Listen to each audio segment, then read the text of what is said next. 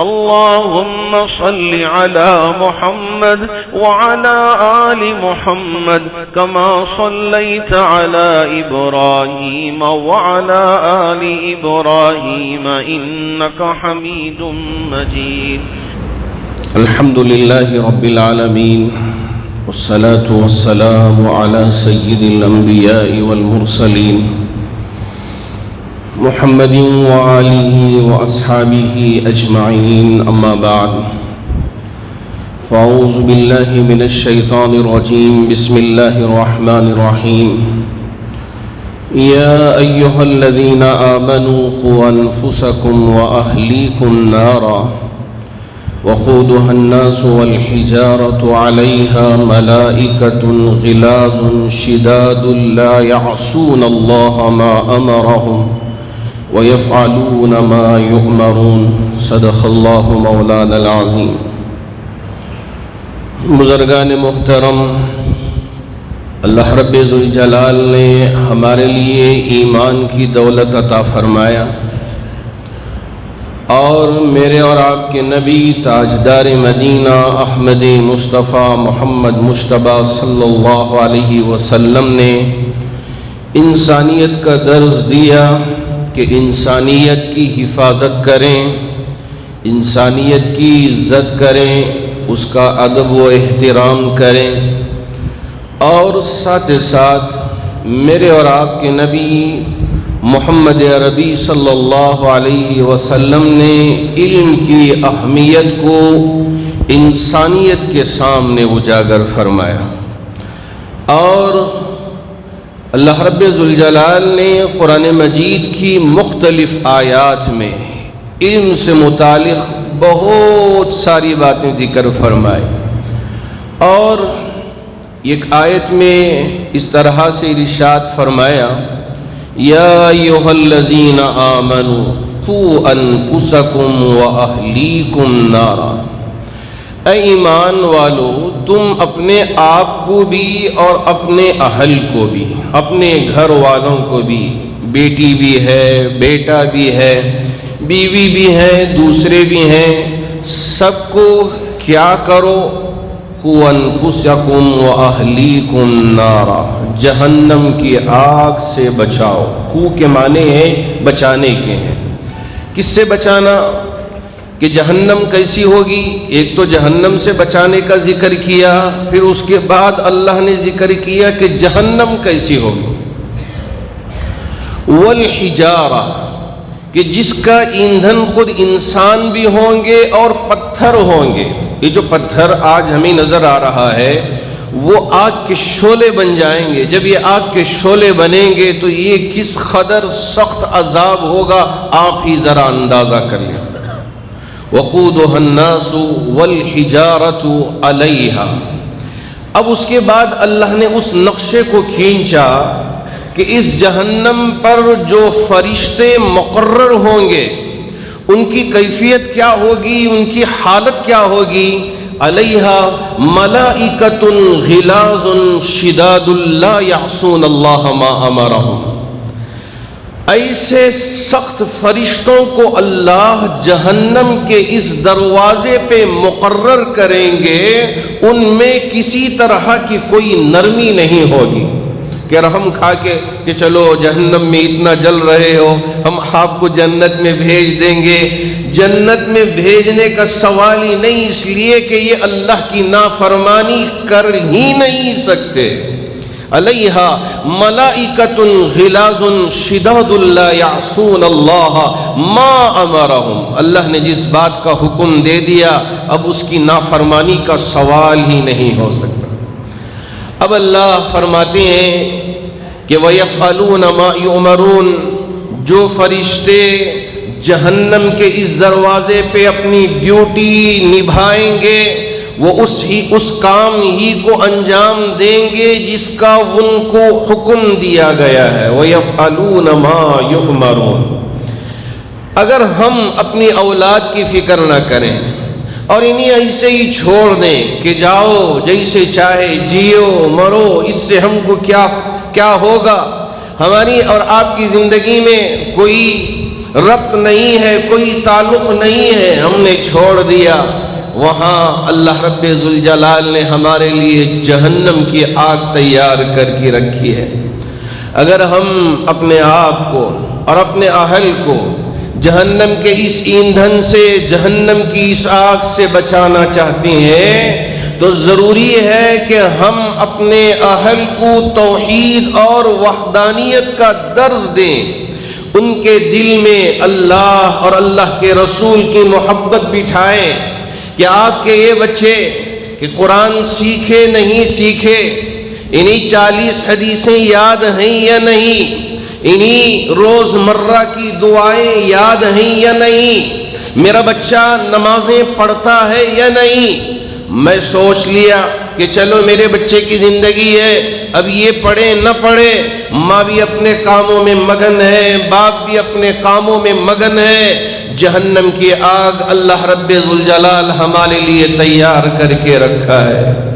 اگر ہم جہنم کے اس ایندھن سے اپنے آپ کو بچانا چاہتے ہیں تو ہم اپنی اولاد کو سچائی کے راستے پہ لانا ہوگا، جیسے حضرت شیخ عبد القادر جیلانی رحمت اللہ علیہ 12 سال یا 14 سال کی عمر ہوگی، ان کی ماں نے سوچا کہ جس علاقے میں ہم رہتے ہیں یہاں علم کے اتنے درسگاہیں نہیں ہیں، اس لیے میں چاہتی ہوں کہ میرا بچہ محدث بنے اور مفسر بنے، میرا بچہ ولی بنے، عالم بنے، مفتی بنے، قاری بنے، حافظ بنے، لیکن اس کے لیے کیا کروں، یہاں کوئی انتظام نہیں ہے، ذرا دور، بہت دور وہاں انتظام ہے، بھیجوں تو کیسے بھیجوں؟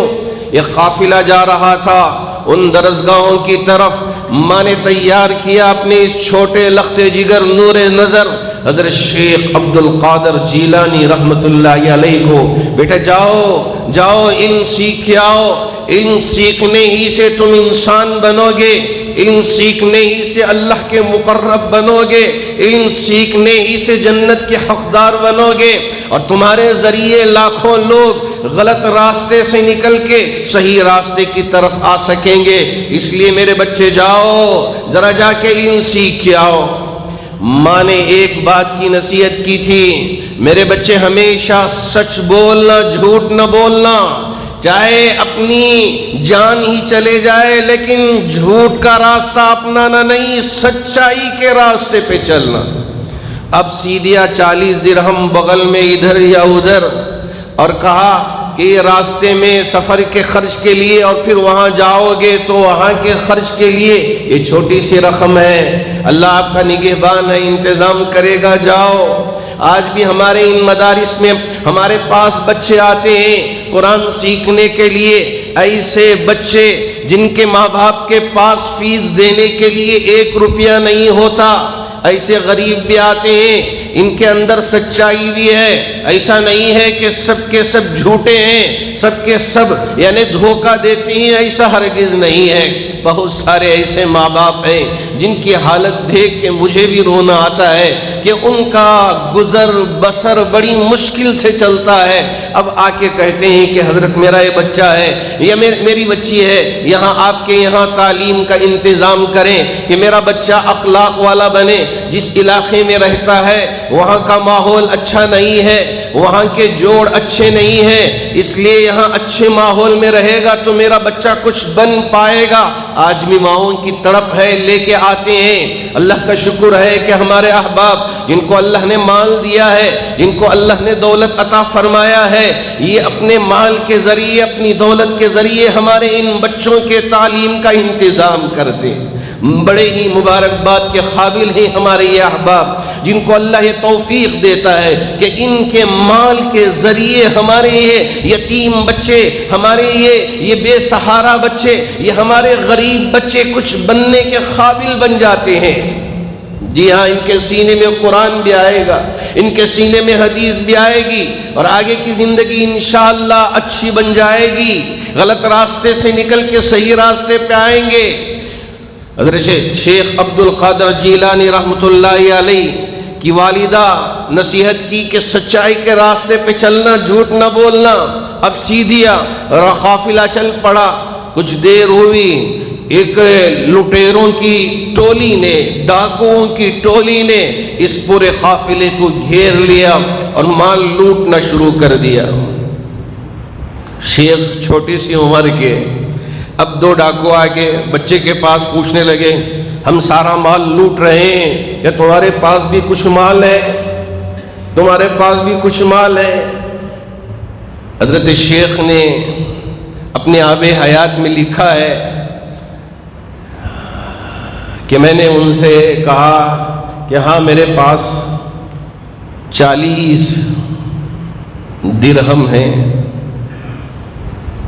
ان ڈاکوؤں نے پوچھا، ہم نے تو تمہاری تلاشی لے لی، کہیں نظر نہیں آئے، تو سوچا کہ مذاق کر رہا ہوگا بچہ، ہمارے ساتھ کچھ وقت گزاری کا کام کرنا چاہتا ہے، اس لیے اس طرح کی باتیں کر رہا ہے۔ اپنے سردار جو احمد تھے ان کے پاس لے کے گیا۔ اب احمد جو سردار تھا وہ پوچھنے لگا، بیٹا یہ لوگ کہہ رہے ہیں کہ تم نے کہا کہ تمہارے پاس کچھ دینار ہیں یا درہم ہیں، کہ واقعیت نہیں؟ تو حضرت شیخ نے فرمایا ہاں ہیں۔ تو پھر سردار نے پوچھا کہاں؟ تو کہا کہ یہاں اندر میری ماں نے اسے سی کے لگا دیا ہے۔ اب وہ نکال کے ڈال دیے سامنے، تو 40 گننے کے بعد تو پوچھا آپ چھپا سکتے تھے، کہہ سکتے تھے کہ کچھ نہیں ہے، لیکن بولنے کی کیا ضرورت پڑ گئی؟ حضرت شیخ نے فرمایا میری ماں میرے نکلنے کے وقت میں بلکہ بچپن سے ہی سچائی کا درس دیا تھا، میں کیسے تمہیں جھوٹ بول سکتا تھا؟ یہ دینار یا درہم میرے لیے کوئی حیثیت نہیں، لیکن سچائی کے راستے پہ چلنا چاہتا ہوں۔ کوئی دیکھے نہ دیکھے، میرا اللہ مجھے دیکھ رہا ہے، میرا رب مجھے دیکھ رہا ہے، اس لیے غلط راستے پہ چلنا نہیں چاہتا۔ ہاں، اسی لیے کہا جاتا ہے کہ اگر ہم سچائی کے راستے پہ جمے رہیں، اگر ہم ثابت قدم رہیں، اللہ کی مدد آئے گی، یہ آزمائش اور یہ پریشانیاں ٹل جائیں گی۔ جتنی بھی سخت آزمائش کیوں نہ ہو، لیکن یہ آزمائش ٹل سکتی ہے، یہ الگ ہو سکتی ہے، یہ دور ہو سکتی ہے ہم سے، لیکن ہمیں چاہیے کہ ہم اپنے ایمان کا سودا نہ کریں۔ حضرت شیخ کی اس بات نے، جو چھوٹی سی عمر میں آپ اپنی زبان سے جو الفاظ کہے تھے، یہاں ساتھ میں رہنے والے ان ڈاکوؤں کے دلوں پہ اتنی اثر کر گئی کہ ان کی دنیا بدل گئی، اور انہوں نے کہا کہ یہ سارا لوٹا ہوا مال واپس کر دو، آج سے ہم بھی سچائی کے راستے پہ چلیں۔ ارے اسی وجہ سے اللہ رب ذوالجلال نے ان کو اس اونچے مقام پہ پہنچایا کہ ولایت کا جو اونچا مقام ہے اس پر حضرت شیخ عبد القادر جیلانی رحمۃ اللہ علیہ پہنچ کے بتایا کہ اگر ہم ان مشکلات میں سچائی کے راستے پر اٹل رہیں گے تو ہمارے رب کی مدد ضرور آئے گی۔ آج ہمارے بچے بھی، ہم بھی بہت جھوٹ بول جاتے ہیں، کیا کریں کہ ہم ڈرتے ہیں۔ ڈرنے کی کوئی ضرورت نہیں ہے۔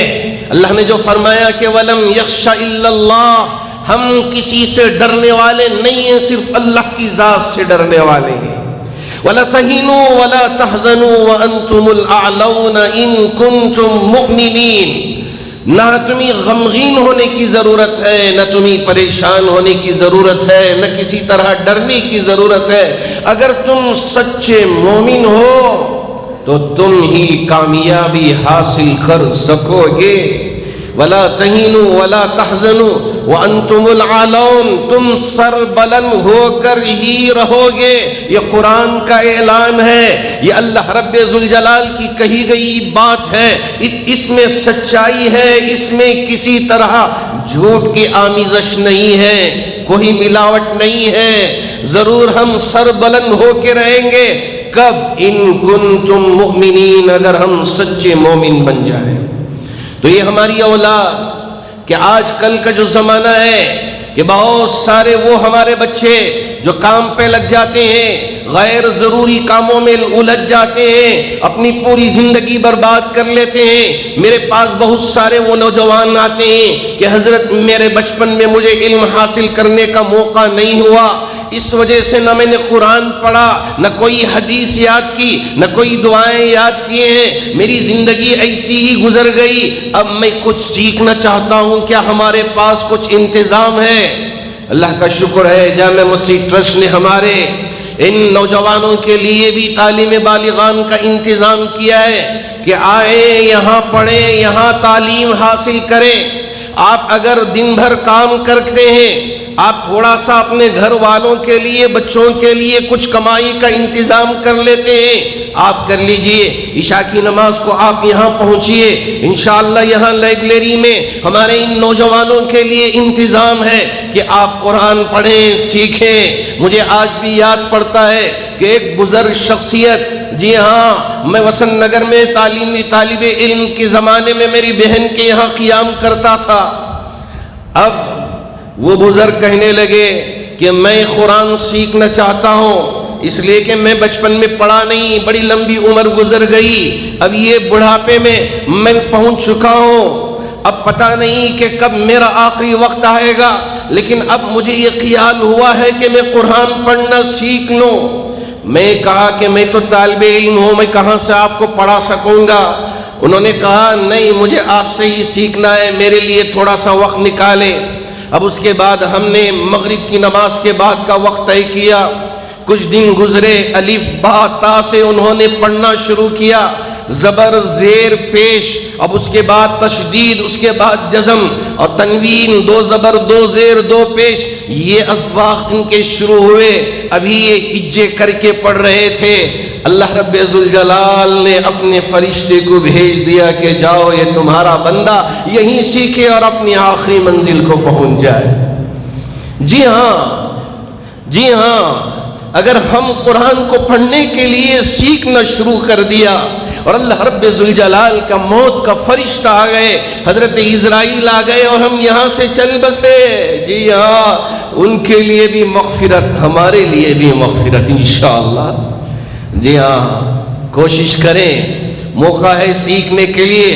جامع مسجد ٹرسٹ نے یہ انتظام کیا ہے کہ ہمارے وہ احباب جو بڑی عمر کے ہیں، سیکھ نہیں سکے نماز کیسے پڑھا جاتا ہے، نماز میں کون سی صورتیں پڑھی جاتی ہیں، کیسے تلفظ اس کا کیا جانا چاہیے، آپ کے لیے موقع ہے۔ اگر پڑھ لیے ہیں تو بڑے مبارکباد کے قابل ہیں، نہیں تو یہاں آئیے، 1 گھنٹہ آپ اپنا لگائیے، قرآن کی جو صورتیں جو نماز میں پڑھی جاتی ہیں اسے پڑھ لیں۔ کیا پتا کہ یہاں ہم نے سیکھ لیا، وہاں اللہ ہمارے لیے مغفرت کے فیصلے کر دیں۔ ہمارے یہاں بچیوں کے لیے بھی حفظ کی تعلیم کا انتظام اور اسی طرح 2 سالہ تربیتی کورس ہماری ان بچیوں کے لیے جامع مسجد ٹرسٹ نے مقرر کر کے رکھا ہے، کیونکہ آج کل کا زمانہ، بہت ساری بچیاں ہماری انہیں پتہ نہیں ہوتا کہ قرآن کس طرح سے پڑھنا چاہیے۔ جب میرے پاس آ کے وہ امتحان دیتی ہیں تو انہیں نہ تجوید کا پتہ ہوتا ہے، نہ قرآن کو کہاں کس طرح سے پڑھنا اس کا پتہ ہوتا ہے، غلط سلط قرآن پڑھ کے انہوں نے سیکھ لیا تھا۔ اب ان کے ماں باپ نے یہاں لا کے ہمارے پاس داخلہ دلوایا، ہماری معلمات انہیں پڑھاتی ہیں کہ قرآن کس طرح سے صحیح طریقے سے ادا کیا جائے، تاکہ یہ اپنے گھر جائیں، یعنی شوہر کے گھر، سسرال کے یہاں، اب وہ وہاں بھی تعلیم دے سکیں، وہاں کے ماحول کو اسلامی ماحول بنا سکیں۔ 2 دن پہلے ایک باپ میرے پاس آئے، کہے حضرت کہیں یہاں قیام کے ساتھ ہماری بچی کی تعلیم کا انتظام ہو سکتا ہے جامع مسجد ٹرسٹ کے ذریعے سے؟ تو میں نے کہا کہ ٹرسٹ نے قیام کا کوئی انتظام نہیں کیا ہے، یہاں آئیں، پڑھیں، اپنے گھر چلے جائیں، آپ کی بھی ذمہ داری ہے، ہماری بھی ذمہ داری ہے۔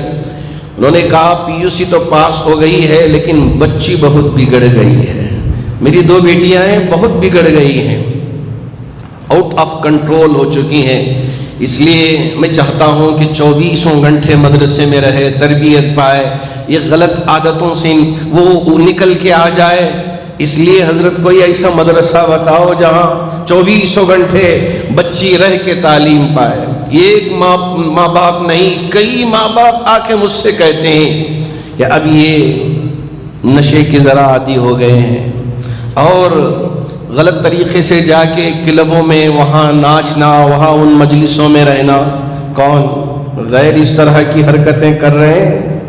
نہیں، ہماری مسلم بیٹیاں، مسلمان بچیاں وہ جا کے شراب کے ان اڈوں پہ ناچنے گانے والی ان مجلسوں میں، یا میرے اللہ شرم آتی ہے کہ جو قائد کہلاتے ہیں وہ بھی میوزک بجا کے ڈانس کرتے ہیں، ناچتے ہیں، نوجوان لڑکیوں کے ساتھ ناچتے ہیں۔ شرم آتی ہے اس طرح کی حرکتوں کو دیکھ کے۔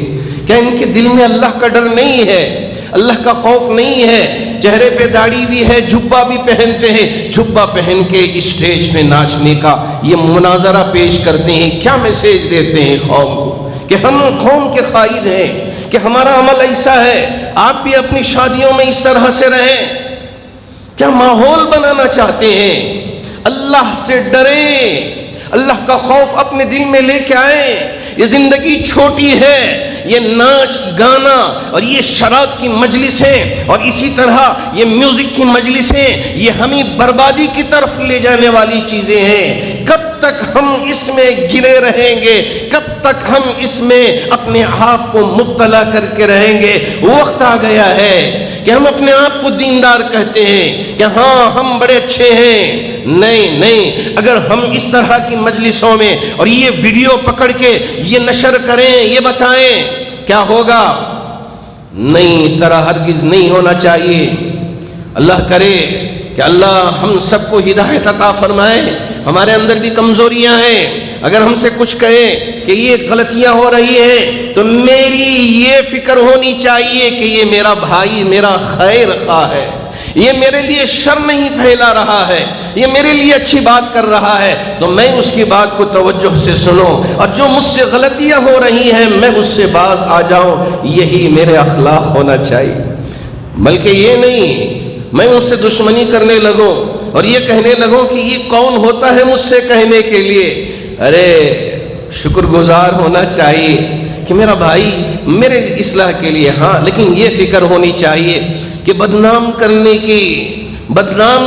کی یہ نیت نہیں ہونی چاہیے، بلکہ فکر یہ ہو، نیت یہ ہو کہ اس کی اصلاح ہو جائے۔ بس آپ نے خاموشی سے اصلاح کر دیا، آپ کو پتا ہے، آپ کے رب کو پتا ہے، اس کی زندگی اچھی ہو گئی، یہ اصلاح پا لیا، اس سے بڑھ کر اور کیا چاہیے۔ لیکن آج کیا ہو رہا ہے کہ ہم ایک دوسرے کو بدنام کرنے پہ لگے ہوئے ہیں کہ چلو ہم اسے بدنام کریں، اسے بدنام کریں۔ اصلاح ہونی چاہیے، تنقید برائے اصلاح ہو تو بہت اچھی بات ہے، تنقید برائے تخریب ہو یعنی خراب کرنے کے مقصد سے ہم کسی پہ تنقید کر رہے ہیں تو یہ تنقید قابل قبول نہیں ہے۔ اصلاح مقصود ہو، ہاں، اگر ہم سے کوئی کہہ رہا ہو اصلاح کی مقصد سے، اصلاح کی نیت سے، بہت مبارکباد کے قابل ہیں یہ احباب۔ تو یہاں ایک طرف بچیوں کے حفظ کے لیے بہت ساری بچیاں 15 پارے 20 پارے قرآن حفظ کر چکی ہیں، وہ قرآن آ کے حفظ سناتی ہیں، اور جب میں ان سے پوچھتا ہوں کہ نماز میں قرآن پڑھ رہی ہو تو وہ کاپی میں میرے پاس لکھ کے لاتے ہیں کہ اس دن عشاء کی نماز کے بعد میں نے ان آیتوں کو قرآن کی تلاوت کی ہے نماز میں، نفل نماز میں، اور یہ تلاوت کی فجر کی نماز میں میں نے یہ سورتیں پڑھی، یہاں سے پڑھی ترتیب سے۔ اللہ کا شکر ہے، دل تو ذرا مطمئن ہوتا ہے کہ چلو ہماری بیٹیاں اللہ کے حضور کھڑے ہو کے قرآن کی تلاوت کر رہی۔ یہی ہے آخرت کا سودا، یہی ہے ہماری فکر کہ ہماری بچیاں ایک طرف نیک ہو جائیں اور جس گھر میں جائیں اس گھر کے ماحول کو نیک بنا دیں۔ تو ایک طرف ہماری ان بچیوں کے لیے یہ نظام ہے، تو بچوں کے لیے چھوٹے سے بچے، معصوم سے بچے، 8 سال 9 سال 10 سال کے بچے ہیں تو ان کے لیے ناظرہ قرآن کا بھی نظام ہے، اور اسی طرح مولوی کورس کا بھی نظام ہے کہ آئے مسجد کی چھت کے نیچے رکھ کے آپ قرآن کی تعلیم پائے۔ جیسے صفہ میں، کہاں ہے صفہ؟ مسجد نبوی، میرے نبی کا روزہ آپ نے زیارت کی ہوگی، اور اس کے پیچھے کے حصے میں یہ قبلہ ہے، قبلے کے پیچھے کے حصے میں، روضے شریف کے پیچھے کے حصے میں ایک چبوترا آج بھی موجود ہے۔ وہ چبوترا میرے نبی کی درسگاہ تھی، جہاں غریب صحابہ جن کے پاس کھانے کے لیے کچھ نہیں ہوتا، مسجد میں تعلیم کا نظام میرے نبی نے چلا کے امت کو بتایا کہ تم بھی اسی طرح نظام چلانا۔ حضرات صحابہ تفقہ فی الدین، تفقہ فی التفسیر، تفقہ فی الحدیث، نبی کی تعلیمات حاصل کرنے کے لیے وہاں بیٹھے رہتے۔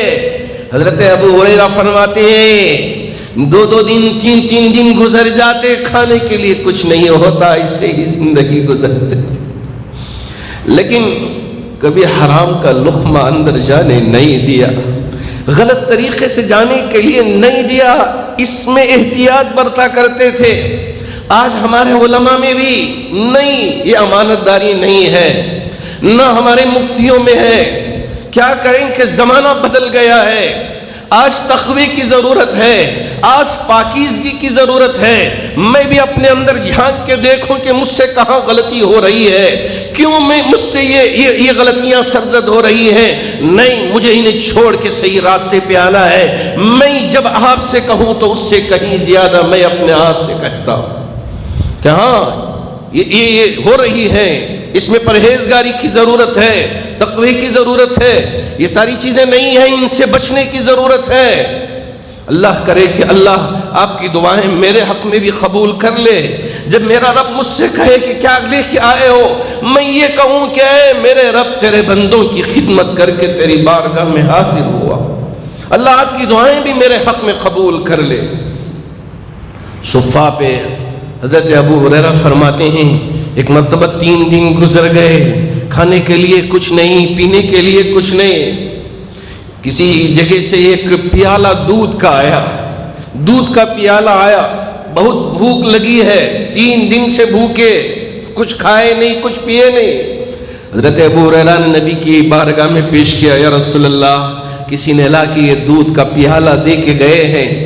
اللہ کے رسول علیہ السلام نے فرمایا جاؤ سب کو پلا کے آنا، سب کو پلا کے آنا۔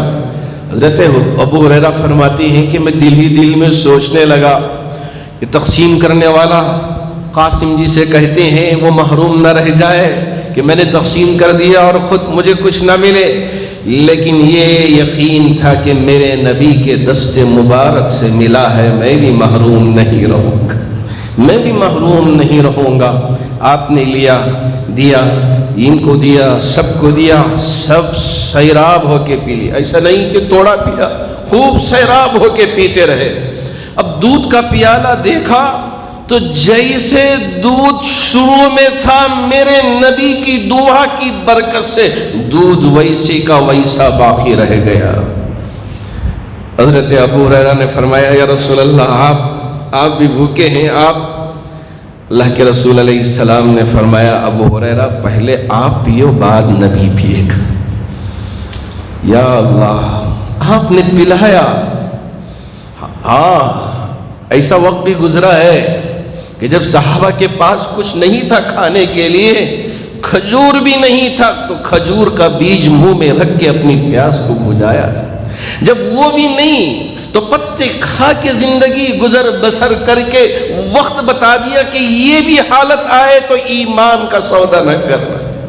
ایمان بہت بڑی دولت ہے، اس کا سودا کبھی نہ کرنا۔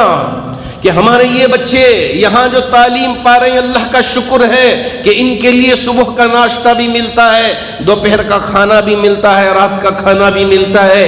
یہاں یہ پڑھ رہے ہیں، تعلیم پا رہے ہیں۔ 125 سے زیادہ طلبہ یہاں تعلیم کے حصول کے لیے لگے ہیں، جو صبح شام مسجد کے اندر قرآن کی آواز بلند ہوتی رہتی ہے۔ آپ ذرا نیچے سے جائیں، دن کے وقت میں آئے، ایک آواز رہتی ہے جیسے شہد کی مکھیاں بھن بھنانے سے آواز آتی رہتی ہے، یہاں قرآن پڑھنے کی آواز گونجتی رہتی ہے۔ میرے نبی کی مسجد، مسجد نبوی، اصحاب صفہ میں حضرات صحابہ حدیث کو سیکھنے میں لگے ہیں، قرآن کو سیکھنے میں لگے ہیں، تفسیر کو سیکھنے میں لگے ہیں اور نبی کی زندگی کو دیکھ کے سیکھنے میں لگے ہیں، تو اسی سنت پہ عمل کرتے ہوئے جامع مسجد ٹرسٹ نے یہاں ہمارے ان بچوں کے لیے تعلیم کا انتظام کیا ہے کہ آئے یہاں سیکھیں۔ چونکہ آج یہ مسابقتی دور ہے کہ ہم ایک دوسرے پہ سبقت کریں، ایک طرف یہ بھی علم حاصل کریں، اور یہ نہیں ہے کہ صرف دینی علم حاصل کر کے رہ جائیں۔ یہ دنیاوی علم اس کی کوئی تقسیم پہلے نہیں تھی، یہ انگریز آنے کے بعد تقسیم ہو گئی۔ پہلے ہمارے علماء، ہمارے حفاظ، ہمارے مفسر، طبیب بھی ہوتے تھے، یہ سائنٹسٹ بھی ہوتے تھے کہ سرچ کرنے والے کہ یہ جڑی بوٹی کے اندر کیا ہو سکتا ہے، کہ اگر کسی کو مار پڑ گیا، کسی کو زخم ہو گیا، یا شوگر کے پھوڑے آ گئے، یا کوئی چیز ہو گئی، اب یہ کون سا پتا اس کا رس نکال کے لگانے سے یہ اچھا ہو سکتا ہے، یہ کون سی بوٹیاں ہیں جسے نکال کے استعمال کرنے سے یہ دل کی بیماریاں دور ہوگی، ریسرچ کیا کرتے تھے کون؟ یہی علماء، یہی حفاظ، یہی قراء، یہی محدث، یہی مفکر۔ جی ہاں، یہاں کوئی تقسیم نہیں ہے۔ آج بھی ہمارے یہ حفاظ، یہ ہمارے علماء اگر سائنٹسٹ بنتے ہیں، یہ اگر ڈاکٹر بنتے ہیں، یہ اگر آئی پی ایس بنتے ہیں، اگر یہ آئی ایس بنتے ہیں، ان کے لیے کسی طرح کی کوئی رکاوٹ نہیں ہے۔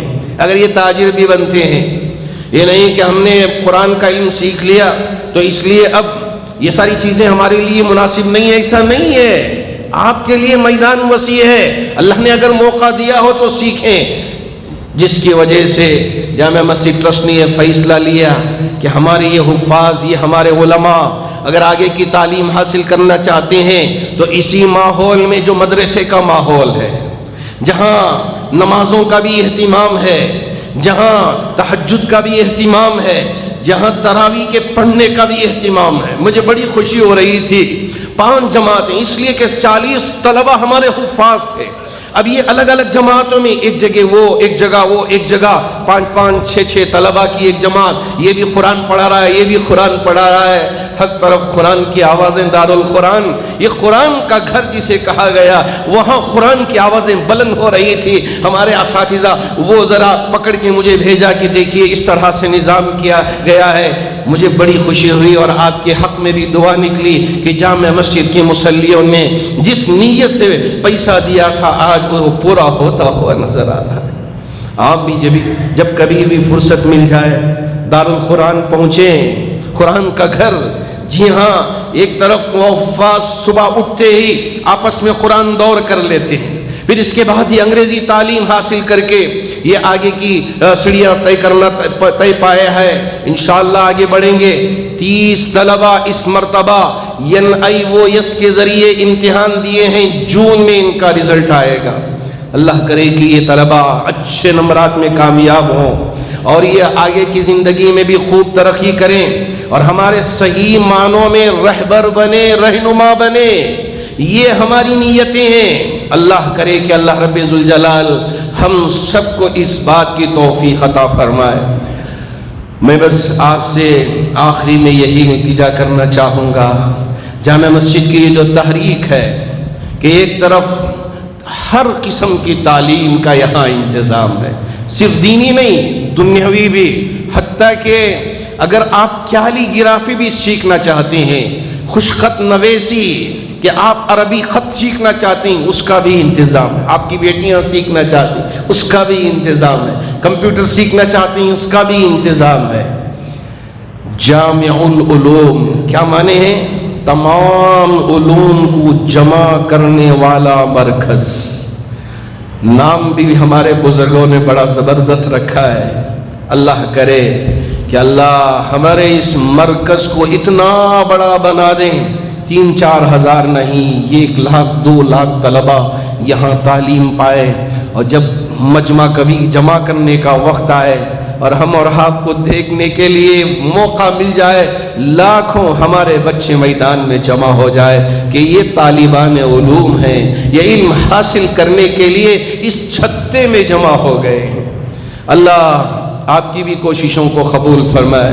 ہمارے بہت سارے دوست احباب لا کے جمع کر رہے ہیں کہ میری بیوی کا انتقال ہو گیا. یہیں ایک مینیجر تھے کسی ٹرسٹ میں، کوئی بڑے مالدار نہیں، بیوی کا انتقال ہو گیا تھا. اب وہ میرے پاس کل آئے، آ کے کہنے لگے حضرت میں ایک بچے کو حافظ بنانا چاہتا ہوں، اس کی رقم جمع کرنا چاہتا ہوں. میں نے کہا کہ یہ گوگل پے ہے، فون پے، سارے پے اس وقت اللہ نے آسان کر دیا ہے. میں سوچ رہا تھا بزرگ آدمی ہے، اب یہ کہاں یہ ساری کمپیوٹر کی چیزیں یہ تو نوجوان سیکھتے ہیں. تو ذرا چڑھ رہے، سیڑھیاں بھی بہت مشکل سے چڑھ کے آئے تھے فرسٹ فلور میں آفس میں. میں سوچا کہ کیا کریں گے، تو نے کہا کہ حضرت یہ کچھ پے ہے. کہا ہے، تو میں نے فوراً موبائل سے نکال کے دکھایا کہ یہ گوگل پے کا یہ ہے یا فون پے. تو انہوں نے ایک سیکنڈ میں پیسے ٹرانسفر کر کے بتا دیا کہ 1,00,000 روپے ایک بچے کے لیے میں نے حفظ کے لیے ٹرانسفر کر دیا ہے. اللہ ان کے اس جذبے کو قبول فرمائے. اللہ ان کی بیوی کو یہ جو ثواب پہنچانے کی نیت سے پیسے جمع کیا ہے پورا ثواب عطا فرمائے. اللہ انہیں بھی اور ان کے گھر والوں کو بھی سرسب و شاداب رکھے. جو احباب بھی کسی ایک بچے کی ذمہ داری لینا چاہتے ہیں، مکمل آپ اس کی ذمہ داری لیں کہ یہاں اسے پورا حافظ بنائیں گے، یا یہ ہے کہ ہمارے پاس کا وہ جو دارالحفاظ دارالقرآن میں حفظ القرآن پلس کا پروجیکٹ ہے اس میں آپ تعاون کرنا چاہتے ہیں، آپ آئے اور مسجد کے تعاون کے لیے بن مٹھیاں ہر جمعہ ہماری ان چادروں میں ڈال کے جاتے ہیں. اللہ آپ کے دینے کو بے انتہا قبول فرمائے. یہاں سے حفاظ قرہ ایک رہبر بن کر، قوم کا قائد بن کے، ایسا نہیں کہ اسٹیج پہ کھڑے ہو کے ڈانس کر رہا ہے، ایسا قائد نہیں، سچا قائد بن کر یہاں سے اللہ نکالے اور دین کی بھی خدمت کرے، دنیا کی بھی خدمت کرے اور سب سے بڑھ کر انسانیت کی خدمت کرے. اللہ ہمارے ان تمام خدمات کو شرف قبولیت عطا فرمائے. صرف یہ ایک مدرسہ نہیں، جہاں کہیں بھی ہمارے مدارس ہیں آپ اپنے بچوں کو لے جائیں، داخلہ کروائیں. بچیوں کو بھی آپ، بہت سارے مدرسے کھل چکے ہیں، اسکول کھل چکے ہیں، داخلوں کا سلسلہ شروع ہو گیا ہے. آپ میرے پیغام کو پہنچائیں جہاں کہیں بھی ہو. لیکن آپ اس بات کا خیال رکھیں کہ ہر محلے میں نوجوانوں کی ایک جماعت ہو، گھر گھر جائیں، دریافت کریں آپ کا بچہ اسکول جا رہا ہے، آپ کا بچہ جا رہا ہے، معلوم کریں. اگر جا رہا ہے تو بہت اچھی بات، اگر نہیں جا رہا ہے تو اس کے تعلیم کے سلسلے میں انتظام کریں. اگر آپ سے کچھ نہیں ہو رہا ہے تو آپ ہمارے پاس آئیں، انشاءاللہ اس کا کچھ نہ کچھ ضرور ہم انتظام کر جائیں گے. اللہ آپ کی بھی اور ہماری بھی ان ساری کوششوں کو قبول فرما کر ہماری اولاد و آفاق کی حفاظت فرمائے. جو بیمار ہیں انہیں شفا عطا فرمائے، جو پریشان حال ہیں ان کی پریشانیوں کو دور فرمائے، جو قرض میں مبتلا ہیں اللہ ان کے قرض کی ادائیگی کی شکلیں و صورتیں پیدا فرمائے. بہت سارے نوجوان آج بھی آ کے کہتے ہیں حضرت ڈگری تو حاصل کر لیا لیکن حلال جاب نہیں مل رہا ہے، دعا کر دیں. میں آپ سے بھی گزارش کرتا ہوں ہمارے ان نوجوانوں کے حق میں دعا کریں کہ کہیں کسی غلط راستے پہ نہ چلے جائیں. اللہ ان کے لیے حلال روزگار نصیب فرمائے. جتنے مرحومین دنیا سے رخصت ہو چکے ہیں تمام مرحومین کی بھرپور مغفرت فرمائے. آمین. وآخر دعوانا ان الحمد للہ رب العالمین.